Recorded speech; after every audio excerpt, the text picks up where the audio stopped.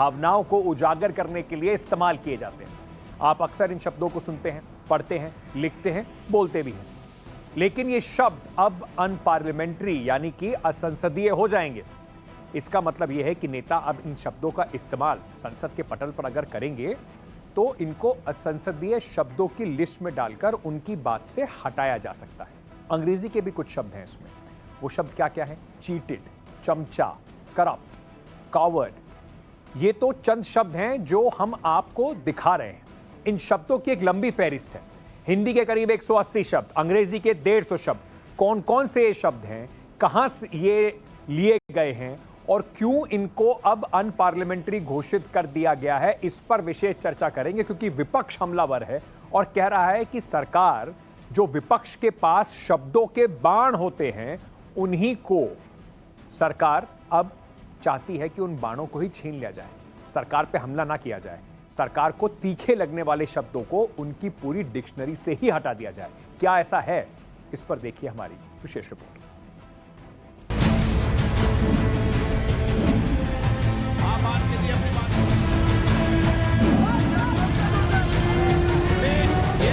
ठीक नहीं है आपका। अब कोई किसी को जुमला जीवी नहीं कहेगा, तानाशाही का जिक्र नहीं होगा, संसद में कोई किसी को जयचंद कहकर नहीं पुकार पाएगा। दादागिरी, विश्वासघात, षड्यंत्र ये शब्द अब संसद भवन में नहीं गूंजेंगे, क्योंकि असंसदीय शब्दों की नई लिस्ट में इन शब्दों को जोड़ दिया गया है। यहाँ तक कि दुनिया के सबसे बड़े लोकतंत्र में अब भ्रष्टाचार शब्द का इस्तेमाल नहीं किया जा सकेगा। राजनीतिक भाषा तंज की होती है, एक दूसरे पर कटाक्ष किया जाता है, लेकिन अब संसद के अंदर कटाक्ष करना मुश्किल हो गया है। तंज की भाषा में जिन शब्दों का इस्तेमाल किया जाता है, ऐसे कई शब्दों को अनपार्लियामेंट्री घोषित कर दिया गया है। नेताओं और मंत्रियों को अगर अब तंज कसना है तो डिक्शनरी से नए वर्ड निकालने पड़े। जिन शब्दों को इस लिस्ट में डाला गया है उनमें अहंकार, करप्ट, काला दिन, काला सत्र, खरीद फरोख्त, गुंडों की सरकार, जुमलाबाजी, ठेंगा दिखाना, तानाशाही, दादागिरी, बेलगाम, भ्रष्टाचार, विश्वासघात, शर्मनाक, षड्यंत्र और उल्टा चोर कोतवाल को डांटे जैसे शब्द हैं। अब इन शब्दों का इस्तेमाल संसद में नहीं होगा, क्योंकि ये अब असंसदीय है। अभी तक इन शब्दों का इस्तेमाल अलग अलग पार्टी के नेता किया करते थे, संसद भवन में ये शब्द गूंजा करते थे, लेकिन अब ये अनपार्लियामेंट्री है।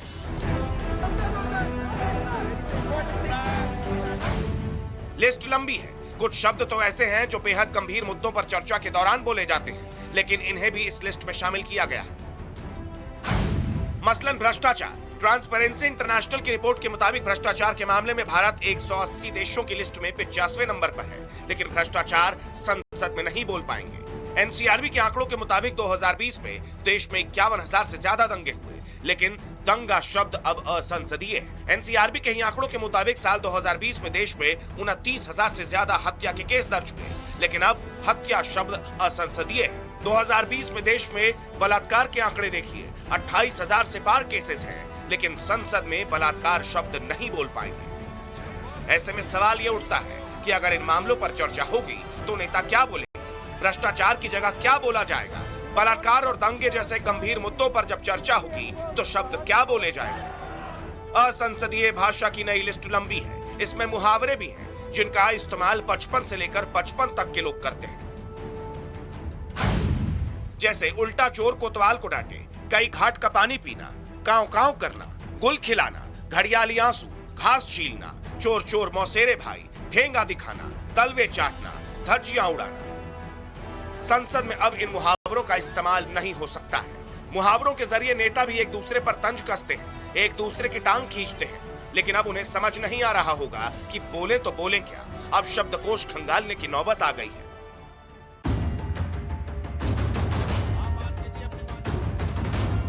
जो नई लिस्ट आई है इसमें करीब 150 अंग्रेजी के शब्द भी हैं, जिन्हें अनपार्लियामेंट्री घोषित किया गया है। दक्षिण भारत से आने वाले 130 लोकसभा सांसदों और 28 राज्यसभा सांसदों में से ज्यादातर अंग्रेजी में बात करते हैं। ऐसे में वो भी डिक्शनरी खोलकर बैठे होंगे, क्योंकि बिट्रेयल, चमचा, cheat, jealous, corrupt, COVID spreader, criminal, drama, fake, scandal और शेम जैसे शब्द अनपार्लियामेंट्री हो गए। असंसदीय भाषा की नई लिस्ट में ज्यादातर ऐसे शब्द हैं जो चर्चा के दौरान अभी तक बोले जाते थे। कोई गंभीर विषय हो या फिर एक दूसरे पर छींटाकशी करनी हो, ये शब्द नेता आमतौर पर बोला करते थे। लेकिन क्या अब संसद में ये नेता मौन रहेंगे या फिर हर किसी के हाथ में डिक्शनरी होगी और नेता इन असंसदीय शब्दों के पर्यायवाची लेकर आएंगे? ब्यूरो रिपोर्ट, टाइम्स नाउ, नव भारत। अब जरा आप सोच के देखिए कि अगर विपक्ष को सरकार पर भ्रष्टाचार का आरोप लगाना है तो नेता क्या कहेंगे? सरकार ने क्या किया? अगर नेता को कहना है तो देश में रेप की घटनाएं जो बढ़ रही हैं या घट रही हैं उस पर क्या कहा जाएगा? मैं आपको एक गीता का श्लोक पढ़कर सुनाता हूं। वो श्लोक सुनिए जिसमें कहा गया है, जो ईश्वरस्य इन उपदेशों की उपेक्षा करते हैं और इनका पालन नहीं करते, उन्हें समस्त ज्ञान से रहित, दिग्भ्रमित तथा सिद्धि के प्रयासों को नष्ट भ्रष्ट समझा जाएगा। अब यह सोचने वाली बात है कि जब गीता में भ्रष्ट शब्द लिखा है, उसका इस्तेमाल हो सकता है, तो देश की पार्लियामेंट में हमारे माननीय जो हैं, जो कॉन्स्टिट्यूशन की शपथ लेते हैं, उस देश की संसद में अब भ्रष्ट शब्द को इस्तेमाल करने की भी मनाही है। मेरे साथ इस वक्त आम आदमी पार्टी के राज्यसभा सांसद संजय सिंह बोल रहे हैं, हमारे साथ जुड़ रहे हैं। संजय जी, बड़ी तीखी भाषा में सरकार को घेरने के लिए राज्यसभा में कई बार ऐसे सवाल उठाते हैं, नोकझोंक भी होती है और उनके कई बार शब्दों को एक्सपंज भी किया जाता है। लेकिन संजय जी, अब तो अगली बार जब आप पार्लियामेंट में जाएंगे तो शायद आपको डिक्शनरी साथ में लेके जानी पड़ेगी। नहीं, मुझे तो लगता है कि फिर हम लोग बोलेंगे क्या पार्लियामेंट में? अगर भ्रष्टाचार कहीं हो तो हम किसी सरकार को भ्रष्टाचारी नहीं बोल सकते। अगर पाकिस्तान देश के साथ गद्दारी करे तो हम उसको गद्दार नहीं बोल सकते। अगर चाइना हमारे साथ गद्दारी करे तो हम उसको गद्दार नहीं बोल सकते। अगर 2 करोड़ नौकरियों का जुमला, काला धन का जुमला, महंगाई खत्म करने का जुमला प्रधानमंत्री जी बोले और उस पर कोई काम न करें तो हम उनको जुमला जीवी नहीं बोल सकते। हम स्नूप गेट जैसे शब्द को भूल गए थे जी, लेकिन आज नरेंद्र मोदी जी की सरकार ने याद दिलाया कि स्नूप गेट भी नहीं बोल सकते, कोयला चोर नहीं बोल सकते कह रहे हैं। आज ही मैंने खुलासा किया है कि किस तरीके से अडानी को हजारों करोड़ का फायदा पहुंचाने के लिए 10% राज्य सरकारों पर दबाव बनाया जा रहा है कोयला आयात करने के लिए। जी, विदेशों से कोयला मंगाइए। इंडिया का कोयला 3000 का है, अडानी का कोयला 30,000 का है। आप बताइए, इस सरकार को हम कोयला चोर नहीं बोले तो क्या बोले? पर संजय जी, अच्छी बात है कि इस वक्त आप राज्यसभा में नहीं हैं, वरना ये सारे शब्द एक्सपंज करने पड़ते अगर मैं स्पीकर होता तो। लेकिन मैं आपसे ये कहना चाह रहा हूं कि ये शब्द जो हैं, ये ऐसा तो नहीं है कि पहली बार सरकार ने इस तरह के करा हो। शेम शब्द हो या इस तरह के करप्शन, भ्रष्टाचारी शब्दों, कई ऐसे शब्दों को पहले से भी सरकार 2010 में 11 में सरकार इस तरह से एक्सपंज करती आई है, ये लिस्ट में आते रहे। तो अभी क्यों? ये क्या बात है? घड़ियाली आंसू शब्द नहीं बोल सकते आप, असत्य नहीं बोल सकते आप। अगर कोई सरकार आपसे झूठ बोल रही है तो पहले कहा जाता था कि झूठ मत बोलिए। हम लोग कहते थे ये सरकार असत्य बोल रही है, जानकारी असत्य दी जा रही है सदन में।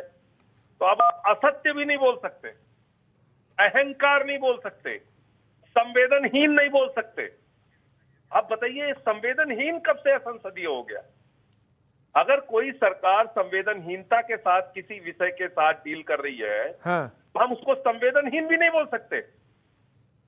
तो आपको क्यों लगता है कि सरकार ने इन शब्दों का चयन किया? क्योंकि ओम बिरला जो स्पीकर हैं वो अभी आए, उन्होंने कहा कि देखिए, रोक कुछ नहीं है, जो मन करे बोलिए, उसका देखा जाएगा कि संदर्भ क्या है और अगर वो ठीक नहीं होगा तो एक्सपंज कर देंगे। नहीं, देखिए, अगर मान लीजिए प्रधानमंत्री जी या भारतीय जनता पार्टी के लोग सदन के किसी सदस्य को अपमानित करें तो हम लोग ये भी नहीं बोल सकते कि आप हमारा अपमान मत कीजिए। कह रहे अपमान शब्द भी असंसदीय है। अच्छा, किसी महिला के साथ, देखिए, भारतीय जनता पार्टी में बलात्कार के आरोपियों की फौज है, तो इसलिए वो कह रहे हैं सेक्सुअल हैरेसमेंट शब्द नहीं बोल सकते आप मुझे बताइए, सेक्सुअल हैरेसमेंट शब्द नहीं बोल सकते। अगर किसी महिला का उत्पीड़न होगा जी, तो हम ये नहीं बोल सकते कि उस महिला का उत्पीड़न हुआ है, उसका सेक्सुअल हैरेसमेंट हुआ है। आप ठीक है। बताइए ये किस प्रकार की गाइडलाइन जारी की आखिरी गई? में आपसे पूछना चाहता हूं, कैसे तैयारी कर रहे हैं इस बार आप मॉनसून मतलब सेशन में भाजपा जाने वाले की? ये चाहते हैं कि सेक्सुअल हैरेसमेंट के आरोपी वो बने रहे, और वो सेक्सुअल हैरेसमेंट अगर किसी का करते हैं तो हम लोग वो शब्द भी नहीं बोल सकते। तो कैसे तैयारी करेंगे इस बार के बीजेपी मॉनसून के सेशन की नेता ने संजय इस जी? महिला का शब्दकोश जो है सेक्सुअल आपका घटता जा रहा है, सरकार के खिलाफ जो आप शब्दों का इस्तेमाल करते हैं वो मुहावरे शब्द घटते जा रहे हैं, तो कैसे तैयारी होगी इस बार के सेशन की? आप चिंता मत कीजिए, वो बिल्कुल नहीं घटेंगे। इनके कारनामे जिस तरह से रहेंगे वो अक्षरशः बोले जाएंगे, उसमें कहीं कोई ये अहंकार से काम कर रहे हैं तो अहंकार शब्द बोला जाएगा, भ्रष्टाचार करेंगे भ्रष्टाचार शब्द बोला जाएगा, संवेदनहीनता से काम करेंगे संवेदनहीनता का शब्द इस्तेमाल किया जाएगा जी। नौजवानों के साथ गद्दारी करेंगे गद्दार कहा जाएगा, तो किसी भी शब्द पर कोयला चोरी करेंगे कोयला चोर कहा जाएगा। किसी भी शब्द पर इनके रोक लगाने से हम लोग न रुकने वाले हैं न थमने वाले हैं। जो बात हमें कहनी है हम कहेंगे। संजय जी बहुत ऐसे बहुत थोड़ी कुछ तानाशाही चल रही है, कह रहे तानाशाह नहीं बोल तानाशाही, सकते। आपने तानाशाही शब्द मतलब इस्तेमाल कर दिया। तानाशाही आप करेंगे, हम तानाशाह आपको बोल नहीं सकते।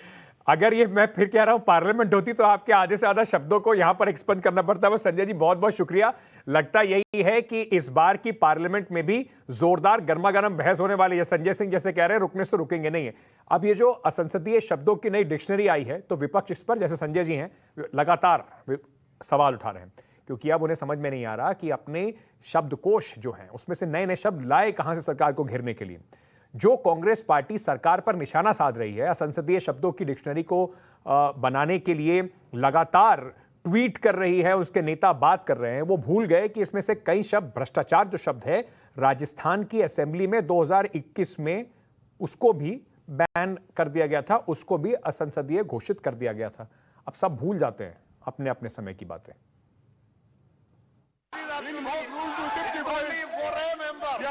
आपके नेता कुछ बोल रहे हैं।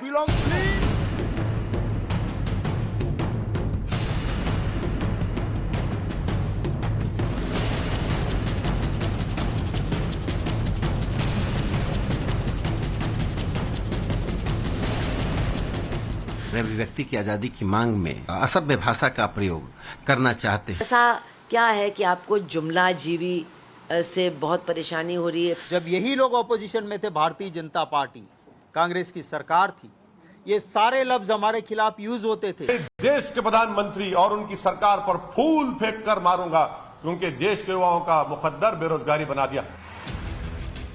असंसदीय भाषाओं की नई डिक्शनरी आई तो विपक्ष मोदी सरकार पर तुरंत हमलावर हो गया।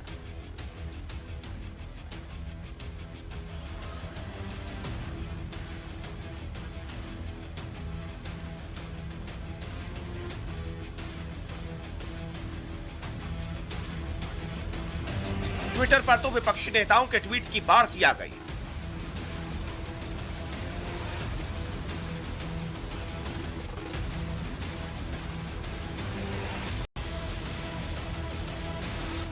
राहुल गांधी ने एक तस्वीर ट्वीट की, लिखा, चर्चा और डिबेट में इस्तेमाल होने वाले शब्द जो पीएम के सरकार चलाने का सही वर्णन करते हैं अब प्रतिबंधित है। प्रियंका गांधी ने ट्वीट किया, सरकार की मंशा है कि जब वो भ्रष्टाचार करे तो उसे भ्रष्ट नहीं, भ्रष्टाचार को मास्टर स्ट्रोक बोला जाए।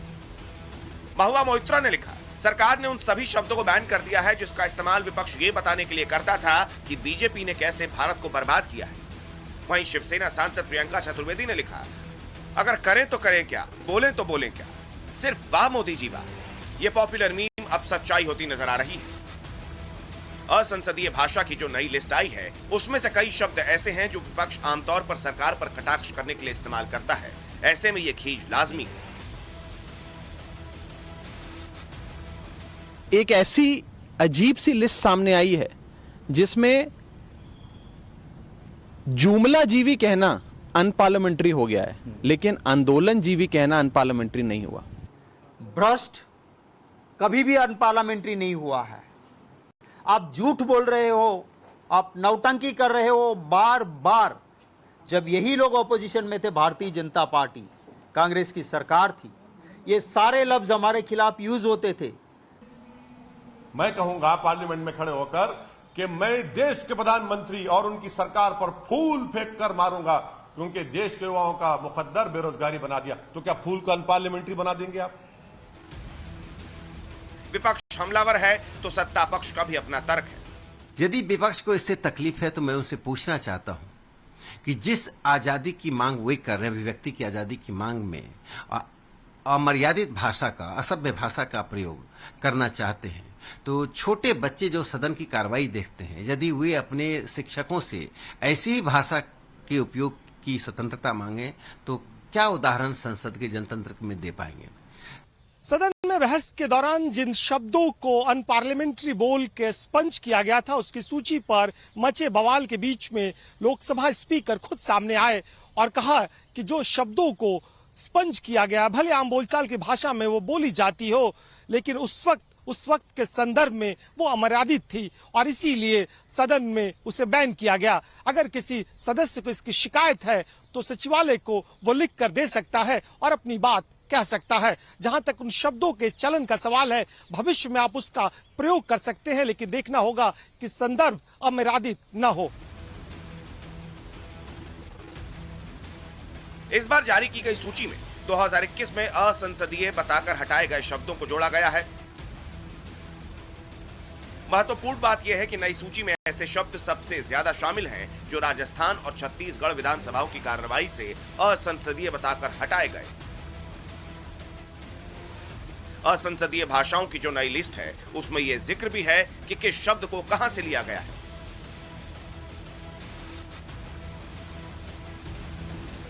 भ्रष्टाचार शब्द राजस्थान विधानसभा में 8 मार्च 2021 को हुए डिबेट में इसे असंसदीय माना गया। उल्टा चोर कोतवाल को डांटे छत्तीसगढ़ विधानसभा में 3 मार्च 2021 को हुए डिबेट में इसे असंसदीय माना गया। कई घाट का पानी पीना झारखंड विधानसभा में डिबेट हुई 21 दिसंबर 2021 को, तब इसे असंसदीय माना गया। कत्ल को राजस्थान विधानसभा में 16 मार्च 2021 को असंसदीय माना गया। हिमाचल प्रदेश विधानसभा में 11 अगस्त 2021 को गुंडागर्दी शब्द को असंसदीय माना गया। चोर चोर मौसेरे भाई छत्तीसगढ़ विधानसभा में 3 मार्च 2021 को असंसदीय माना गया। दादागिरी छत्तीसगढ़ विधानसभा डिबेट की तारीख 26 जुलाई 2021। हत्या छत्तीसगढ़ विधानसभा डिबेट की तारीख 8 मार्च 2021, जब इसे असंसदीय माना गया। ऐसा पहली बार नहीं हुआ है जब असंसदीय भाषाओं की लिस्ट जारी हुई है। 1999 में पहली बार ये लिस्ट आई, जिसके बाद साल दर साल इसे अपडेट किया जाता है। लेकिन संसद के अंदर असंसदीय भाषाओं के इस्तेमाल पर कितना रोक लगा है और आगे कितना लगेगा, इस पर बड़ा सवालिया निशान है। Amit Kumar, Delhi, times now, Navbharat. कौन से शब्द रिकॉर्ड पर आएंगे, कौन से शब्द नहीं आएंगे, या संसदीय कौन से शब्द हैं, इसकी जो जिम्मेदारी होती है वो स्पीकर की होती है। तो लोकसभा स्पीकर ओम बिरला ने अपनी सफाई दी। इन शब्दों के ऊपर मचे बवाल पर उन्होंने क्या कहा, आपको सुनाते हैं। उसको अधिकार अभिव्यक्ति है, वो मर्यादा से बोलेगा तो देश देखेगा, अमर्यादित बोलेगा तो देश देखेगा। लेकिन जो अमर्यादित है, जो रिकॉर्ड में नहीं जाना चाहिए, जिससे हमारी भविष्य में पढ़ने वाली पीढ़ियों को लगे कि लोकतंत्र के मंदिरों पे ऐसी चर्चा होती थी, इसलिए हम समय समय पर माननीय सदस्यों को जब एक्सपंज करते हैं उसकी कॉपी भेजते हैं। उसके बाद वो कहता है कि आपने मेरे इस शब्दों को एक्सपंज किया। अगर वो आपत्ति करता है तो हम आपत्ति को सुनते हैं। ये तो नियम न प्रक्रिया है। चलिए अब आपको लखनऊ लिए चलते हैं, जहां 3 दिन पहले जिस मॉल का बड़ा जबरदस्त उद्घाटन हुआ था, वो मॉल अचानक चर्चाओं के केंद्र में है। एक वायरल वीडियो है जिसमें कुछ लोग नमाज पढ़ रहे हैं। वीडियो सामने आने के बाद हिंदू संगठनों ने कसम खा ली, उन्होंने पूरा बवाल मचा दिया। जिस जगह पर नमाज पढ़ी गई उसी जगह पर हम हनुमान चालीसा और सुंदरकांड का पाठ करेंगे। इसे लेकर कई सवाल भी खड़े हो रहे हैं। साथ ही साथ मामला जो है वो पुलिस तक पहुंच चुका है, जांच शुरू हो गई है। क्या है पूरा मामला, इस रिपोर्ट में देखिए।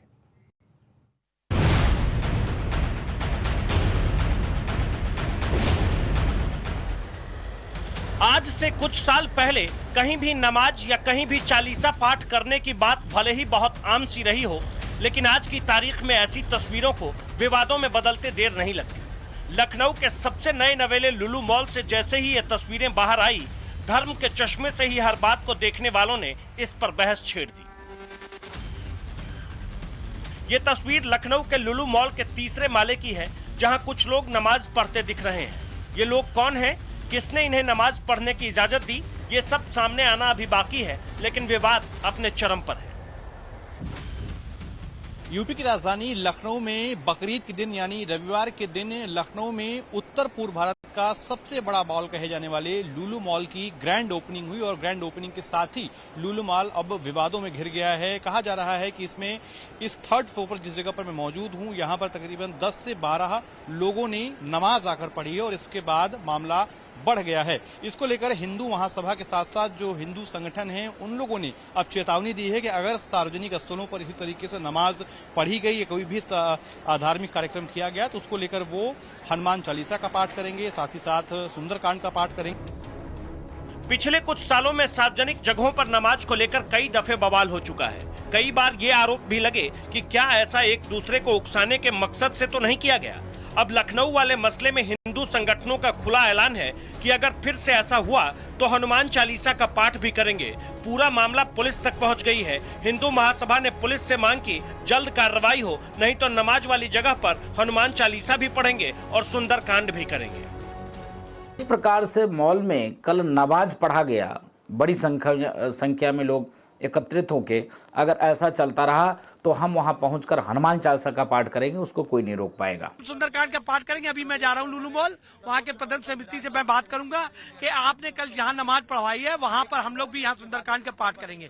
हमको जगह दिखा दी जिससे हमारे कार्यकर्ता वहां शांतिपूर्वक रूप से यहाँ पूजा पाठ कर सके। नमाज पढ़ने वाले वीडियो के वायरल होते ही हिंदू संगठनों ने कुछ सवाल भी पूछे कि आखिर इजाजत किसने दी, मॉल में धार्मिक गतिविधियां कैसे की जा सकती है, मॉल में जब प्रेयर रूम है ही नहीं तो नमाज क्यों पढ़ी गई।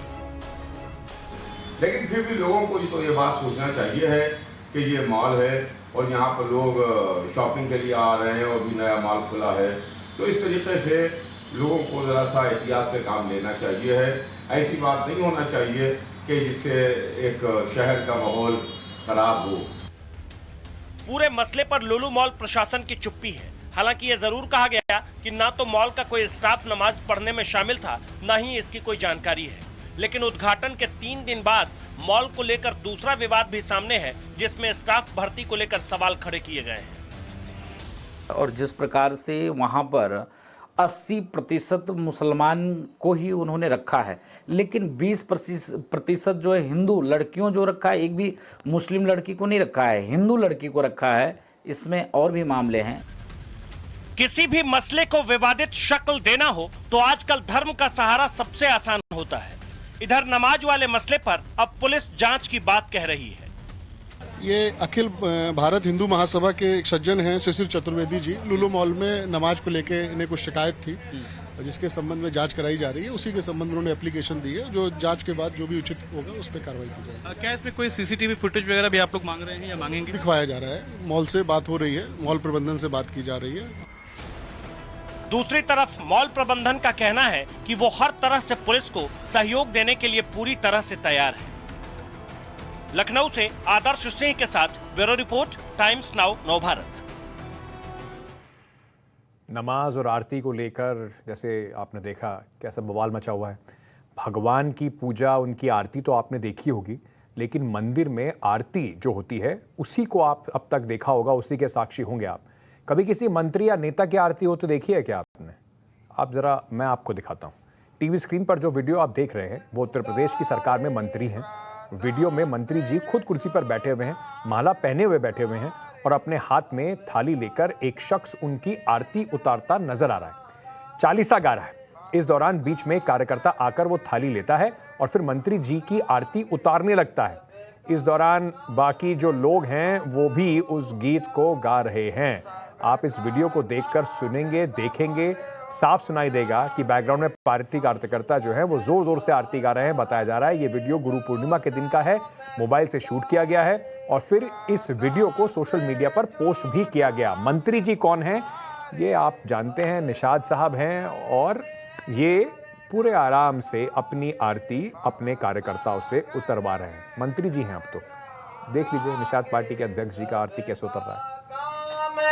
श्रद्धा से जो नाम पुकारे, श्रद्धा से जो नाम पुकारे, भव सागर में डर ना लागे, भव सागर में डर नहीं लागे, सब काम। अब तक सरकार होने का गुमान था, अब भगवान होने का भी हो रहा है। चलिए, अब वक्त हो चुका है हमारी स्पेशल रिपोर्ट का, जिसमें आपको आज बताएंगे कि इस वक्त पूरे देश में कई हिस्सों में कैसे बाढ़ ने हाहाकार मचा रखी है। मौत वाले मौसम की एक्सक्लूसिव ग्राउंड रिपोर्टिंग आपको दिखाते हैं। ऐसा क्या हो गया कि गुजरात, महाराष्ट्र में मॉनसून कहर बरपा रहा है। इतनी बारिश कैसे हो रही है कि भारी भरकम गाड़ियां भी प्लास्टिक के खिलौनों की तरह बहती नजर आ रही हैं। अचानक इतना सैलाब कहां से आ रहा है? जिंदगी पर इस तरीके का जो मुसीबत का भंवर बना है, जिसमें वो फंस गई हैं, उसकी क्या रिपोर्टिंग है वो भी आपको बताएंगे। इन सारे सवालों के साथ साथ ये रिपोर्ट देखिए कि कैसे बारिश देश के कई हिस्सों में लोगों के ऊपर कहर बरपा रही है।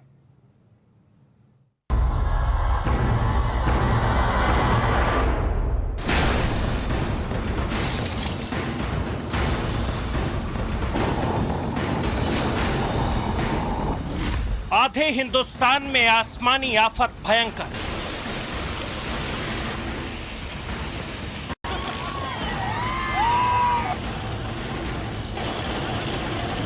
बाढ़ का ऐसा कहर, बह गई 1200 केजी की कार।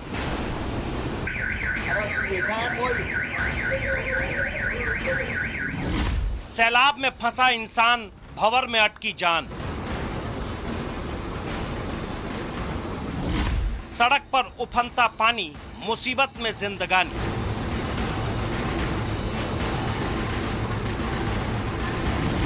शहर शहर समंदर, कदम कदम लहर।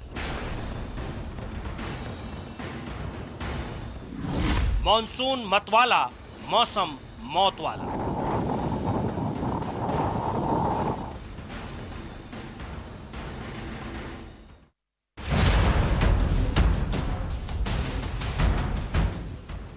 आसमान से इन दिनों मानसूनी बारिश किस तरह आफत बनकर बरस रही है, ये एक तस्वीर कहर की पूरी कहानी बयां करने के लिए काफी है। मिनी मुंबई के नाम से मशहूर मध्य प्रदेश के इंदौर में बीती रात इतनी बारिश हुई कि शहर के कई इलाके पानी में डूब गए। आलम यह हुआ कि करीब 12 क्विंटल यानी 1200 किलो वजनी कार खिलौने की तरह बहने लगी।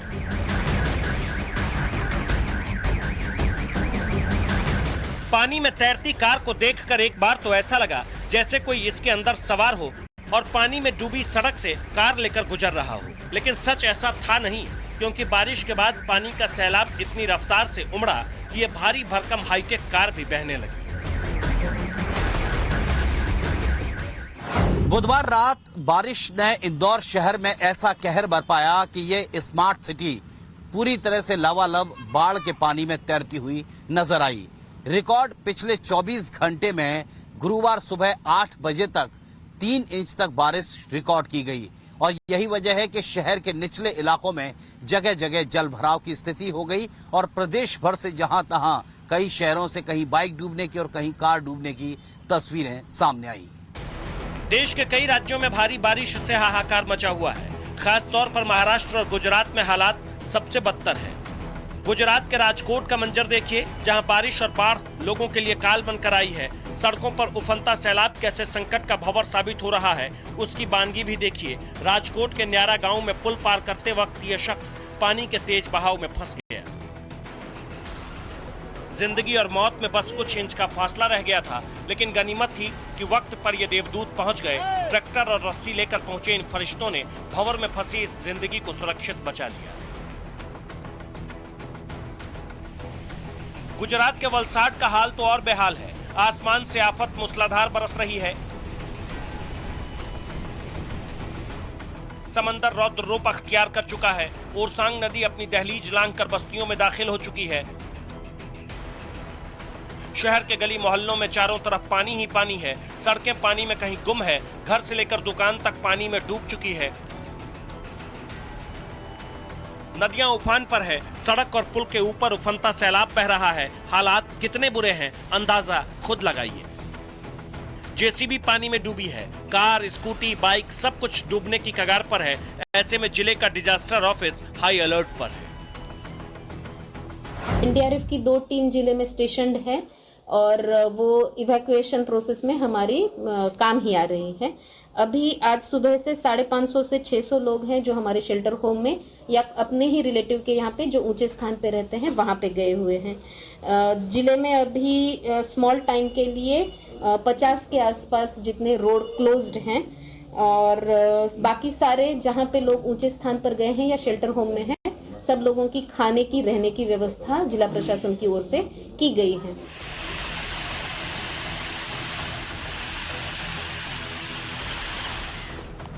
नवसारी में वलसाड हाईवे ब्रिज के नीचे सड़क पर सैलाब इस कदर बह रहा कि मंजर समंदर जैसा है। अहमदाबाद मुंबई नेशनल हाईवे पर पानी भरने की वजह से जिला प्रशासन ने लोगों से इस रास्ते का इस्तेमाल नहीं करने की नसीहत दी। फिलहाल हाईवे से भारी वाहनों की आवाजाही हो रही है, लेकिन जाम और सड़क पर बहते पानी से ये गाड़ियां रेंगने को मजबूर हैं। नवसारी की नदियां खतरे के निशान को पार कर चुकी है, निचले इलाके डूब चुके हैं। ऐसे में प्रशासन बाढ़ प्रभावित लोगों को सुरक्षित स्थानों तक पहुंचाने में जुटा है। नवसारी जिले में बहने वाली 3 नदियां पूर्णा, कावेरी और अंबिका, उन तीनों नदियों में अभी बाढ़ की स्थिति आई हुई है। पूर्णा नदी में कल रात को जो उसका खतरे का लेवल है 23 फुट, उससे पानी बढ़ा था। अभी आज के समय में करीब 27 फुट जैसा उसमें पानी है। उससे लगते जो एडजॉइनिंग एरियाज हैं वहाँ करीब 40,000 लोग प्रभावित हुए हैं। उसमें से करीब 2,500 लोग ऐसे हैं जिनको हम लोगों ने सुरक्षित आश्रय स्थल में शिफ्ट कर लिया है। बाकी 10,000 से जैसे ऐसे लोग हैं जो अपने सगे संबंधियों और उनके पास ऊंचाई वाले विस्तार में जो पक्के मकान हैं वो वहाँ शिफ्ट हुए हैं। गुजरात के मौसम विभाग ने पूर्वी गुजरात और दक्षिणी गुजरात में भारी बारिश का अलर्ट दिया हुआ है। साथ ही साथ मौसम विभाग के साइंटिस्ट मनोरमा मोहंती का कहना है कि आने वाले 2 दिनों के अंदर गुजरात के अहमदाबाद, भावनगर, राजकोट, गिर सोमनाथ, सूरत, डांग जैसे जिलों के अंदर भारी से अति भारी बारिश हो सकती है। ये गुजरात के ही जूनागढ़ जिले का मंजर है, जहां गांव के गांव बाढ़ की आगोश में है। जमीन से छत तक करीब आधी दीवार पानी में डूब चुकी है। सूरत में भी हाहाकारी बाढ़ डरा रही है। जिले के अंदरूनी हिस्से हेडक्वार्टर से करीब कट चुके हैं, क्योंकि पक्की सड़कों पर प्रचंड रफ्तार से पानी बह रहा है। ऐसे में एहतियात के तौर पर प्रशासन ने रास्तों को बंद कर दिया है। साबरकांठा जिले के तलोद में तो अचानक पानी का ऐसा प्रवाह आया कि ट्रैक्टर पर मिट्टी लोड कर रहे लोगों की जान पर बनाई। हालांकि वक्त रहते ड्राइवर और मजदूर तो भाग निकले, लेकिन इस ट्रैक्टर ने जल समाधि ले ली।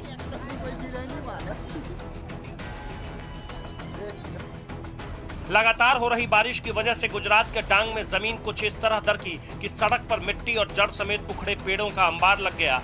ऐसे में बीते कई दिनों से बरसते पानी के बीच सड़क को आने जाने लायक बनाने की जद्दोजहद चल रही है।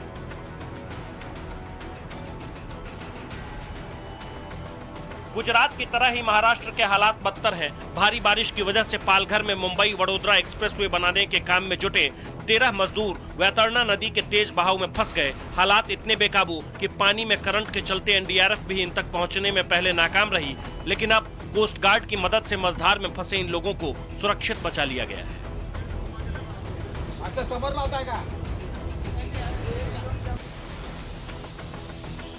पुणे में भारी बारिश की चेतावनी है। ऐसे में जिला प्रशासन पहले से अलर्ट है।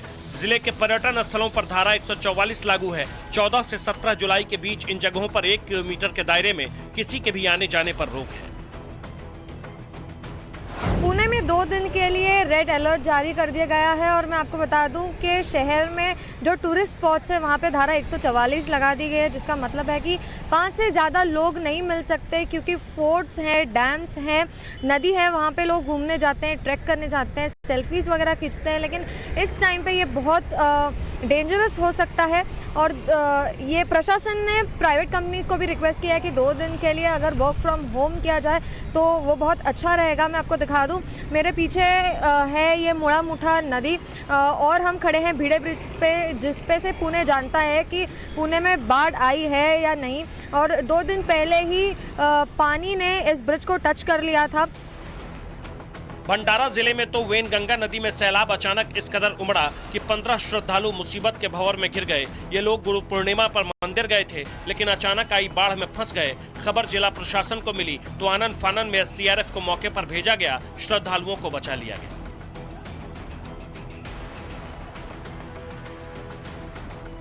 महाराष्ट्र के अकोला जिले में बाढ़ कहर बरपा रही है। अकोला के गांवों का शहर से संपर्क कट गया है। बीमार मरीजों को अस्पताल तक पहुंचाने में भारी मुसीबत का सामना करना पड़ रहा है।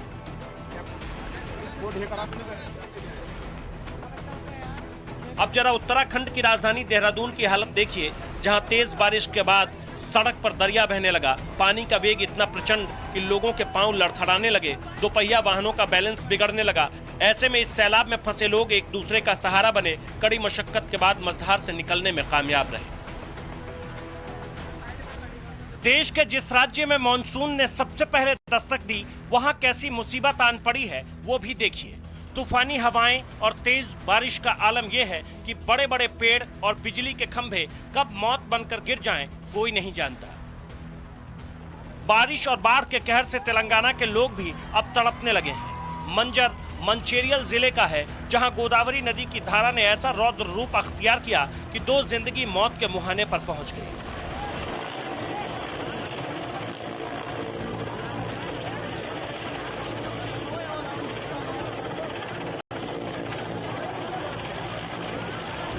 जिंदगी की डोर किसी वक्त टूट सकती थी, उम्मीदें कभी भी साथ छोड़ सकती थी। जमीन पर उफनते पानी से इन्हें निकालने की सारी कोशिशें नाकाम हो गई तो रेस्क्यू टीम ने हेलीकॉप्टर का सहारा लिया, फिर रस्सी की मदद से दोनों जिंदगियों को बचा लिया।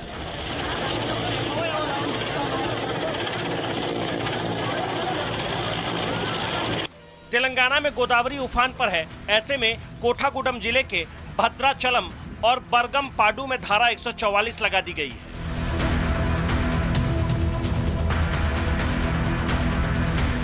आंध्र प्रदेश का एलुरु भी बाढ़ की चपेट में है। यहाँ के गांव-गांव पानी में डूबे हैं। गांवों को शहर से जोड़ने वाले रास्ते पानी में समा चुके हैं। इस बीच यहाँ एक गर्भवती महिला को अस्पताल ले जाने की नौबत आई तो घर वालों की टेंशन बढ़ गई। अस्पताल जाने के लिए इकलौता उपाय नाव थी। ऐसे में रेस्क्यू टीम ने नाव के जरिए महिला को पहले पानी में घिरे गाँव से निकाला और फिर आशा वर्कर्स ने एम्बुलेंस से उसे हॉस्पिटल पहुँचा दिया।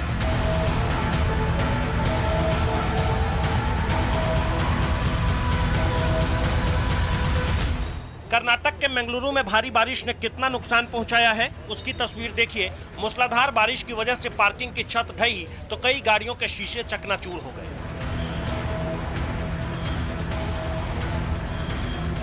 मॉनसूनी आफत का आलम यह है कि बुधवार को सबसे ज्यादा तेलंगाना में 68.2 mm, महाराष्ट्र में 43 mm, गुजरात में 42.1 mm बारिश दर्ज की गई।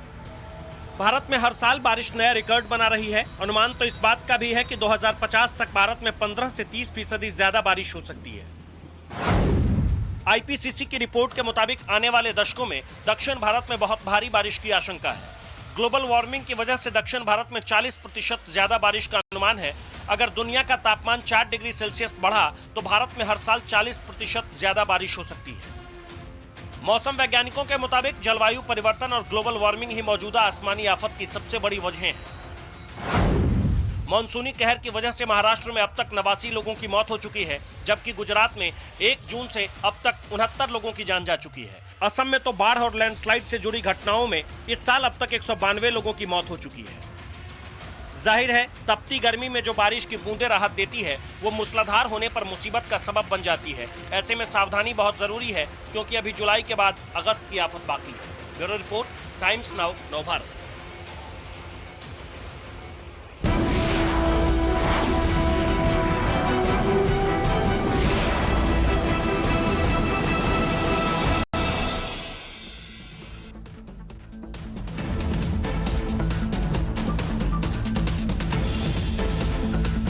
In association with IDFC First Bank, always you first.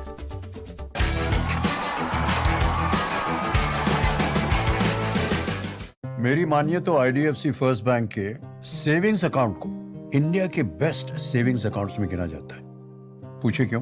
क्योंकि ये देता है सही इंटरेस्ट रेट, वो भी क्वार्टरली नहीं बल्कि हर महीने। सिर्फ यही नहीं, IMPS, डेबिट कार्ड और चेकबुक पे है लो चार्जेस, यानी आप इंटरेस्ट पे